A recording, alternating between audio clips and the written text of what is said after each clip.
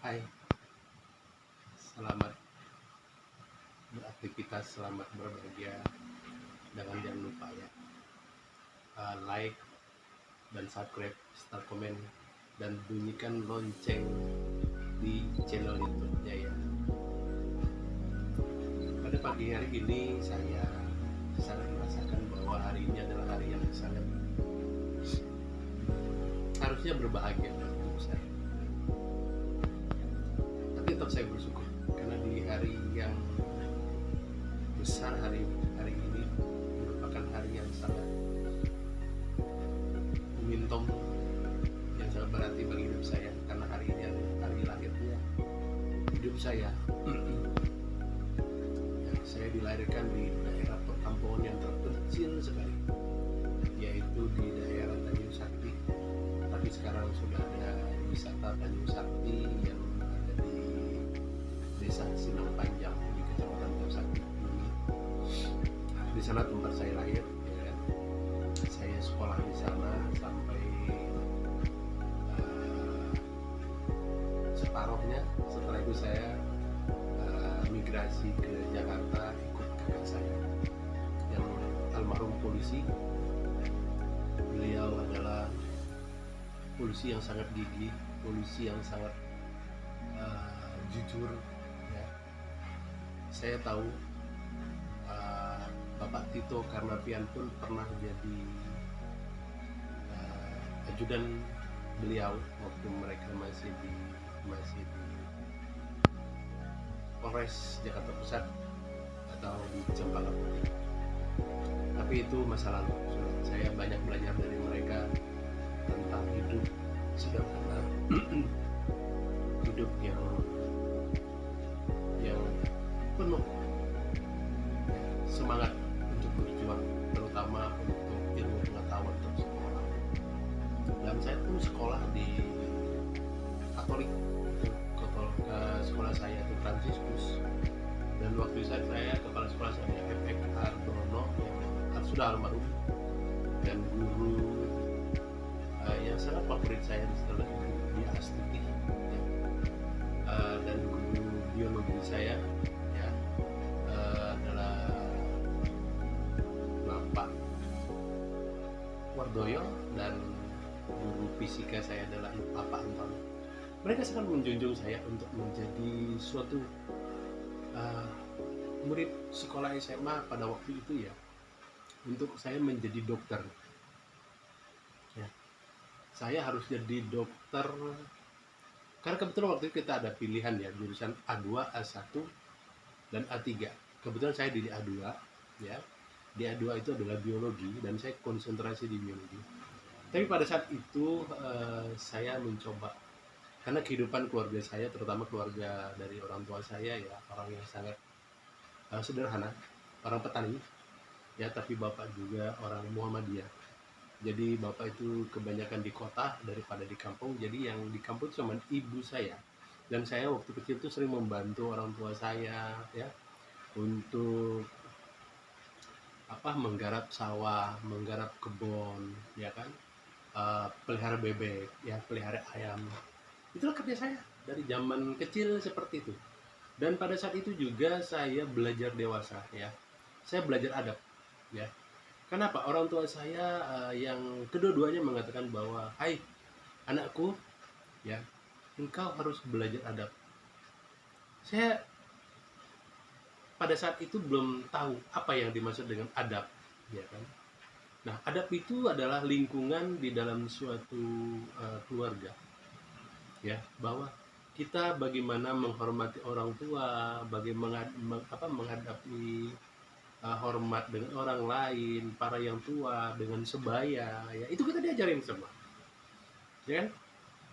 Nah, pada saat itu juga orang tua saya mengatakan tidak cukup adab, Anda juga harus mencari ilmu pengetahuan yang setinggi-tingginya. Carilah ilmu pengetahuan setinggi-tingginya. Supaya apa? Supaya engkau bisa berubah, supaya engkau bisa menentukan bahwa di dunia ini kita bisa melihat, kita bisa mencapai segala sesuatu itu, baik itu mau sukses, baik itu kita mau jadi PNS sama itu zamannya itu ya, mau kita menjadi orang-orang yang berguna, ya orang yang punya didikan tinggi itu biasanya kan mereka uh, cara pola pikirnya itu lebih modern ya, daripada orang yang tidak punya sekolah di kampung hanya bertani ya, mengandalkan istiadat yang ada di sekitarnya. Nah, dari situ juga terakhir ibu saya, terutama ibu saya itu yang sangat kental dengan cara mendidik yang kasar ya. Jadi saya itu kalau mau sekolah itu ya harus betul-betul mandiri, menyiapkan baju sendiri, menyiapkan sepatu sendiri, menyiapkan buku sendiri, bikin sarapan pun harus sendiri gitu kan. Dan saya harus pagi-pagi itu subuh tuh harus segera mandi. Setelah mandi saya harus siapkan sarapan. Setelah itu saya baru siapkan semua peralatan sekolah. Ya kan?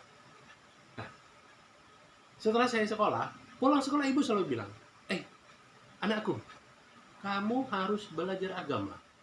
Karena agama itulah yang nanti akan memberikan kamu yang bisa mengartikan hidup lebih berarti. Ya. Terus saya tanya sama ibu saya, maksudnya bagaimana ibu? Ya, kalau kamu punya agama nak, kamu akan tahu bahwa ya, bahwa mana hak orang lain dan mana hak kamu, dan mana yang halal dan mana yang haram. Ya kan? Dan kamu juga akan tahu bagaimana tata caranya kamu mengerjakan sholat, ya sampai semuanya di dalam agama. Nah, saya belum begitu mengerti apa yang dimaksud dengan ibu saya agama tuh tujuannya seperti apa. Karena waktu kecil saya cuma taunya agama itu hanya sholat, mengaji, ya kan?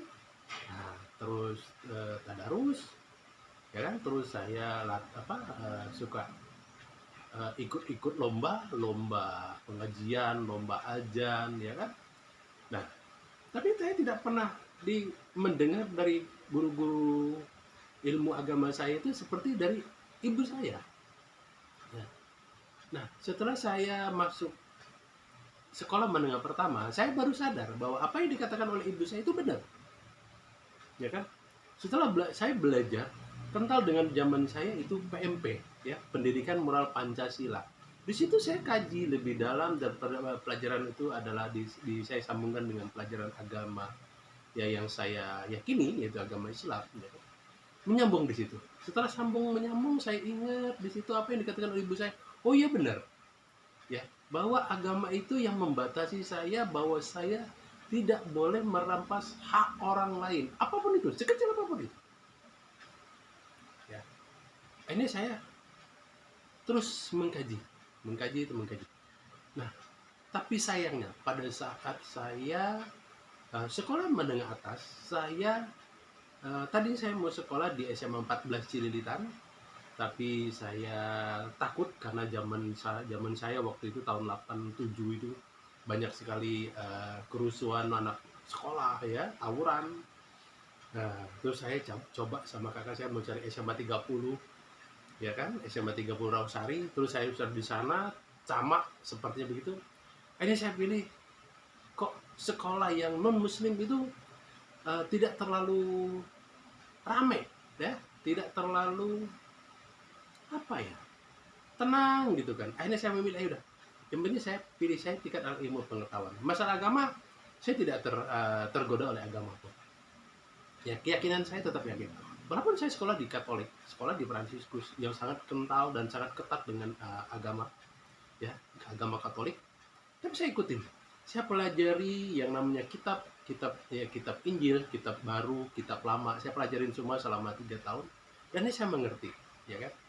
Dan pada saat itu tahun 8889 Paulus datang ke Indonesia. Saya ikut menjemput di bandara Soekarno ya pada saat itu ya. Nah, akhirnya saya pernah komplain ke kepala sekolah saya, ke FX Hardono, saya ini seorang muslim, boleh nggak saya kalau hari Jumat ikut? Dan dia bilang tidak boleh, kamu tetap belajar. Nah, setiap hari Jumat saya malah ikut kebaktian ya di dalam aula ya, ikut bakti. Cuman saya tidak menyambut komuni, tidak saya minum ya, cuman saya ikut meriahkan kebaktian aja ya. Retreat pun saya ikut ya kan, bagaimana mencari jati diri ya kan, semuanya saya pelajari ya kan. Cuman saya tidak mau berkata lebih dalam tentang agama mana yang baik. Saya cuma yakin bahwa punya keyakinan hidup saya bahwa saya adalah orang keyakinan yaitu memegang agama saya. Jadi saya tidak mau menjadikan agama lain, bahwa agama itu adalah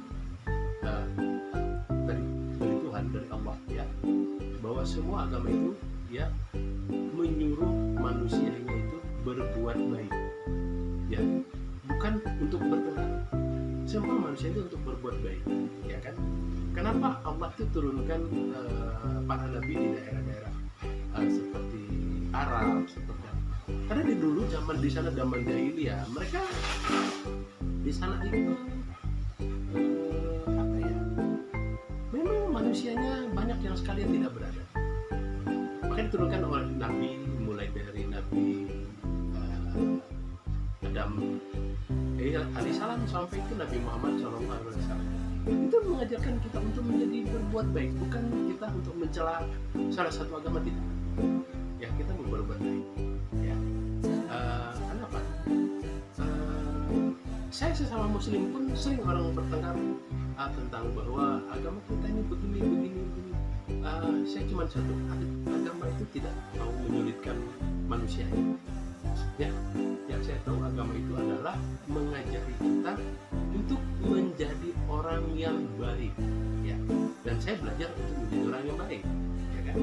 Tadi orang tua saya bilang, agamamu ya yang kau pelajari itu adalah untuk membatasi dirimu dari hal-hal yang tidak baik.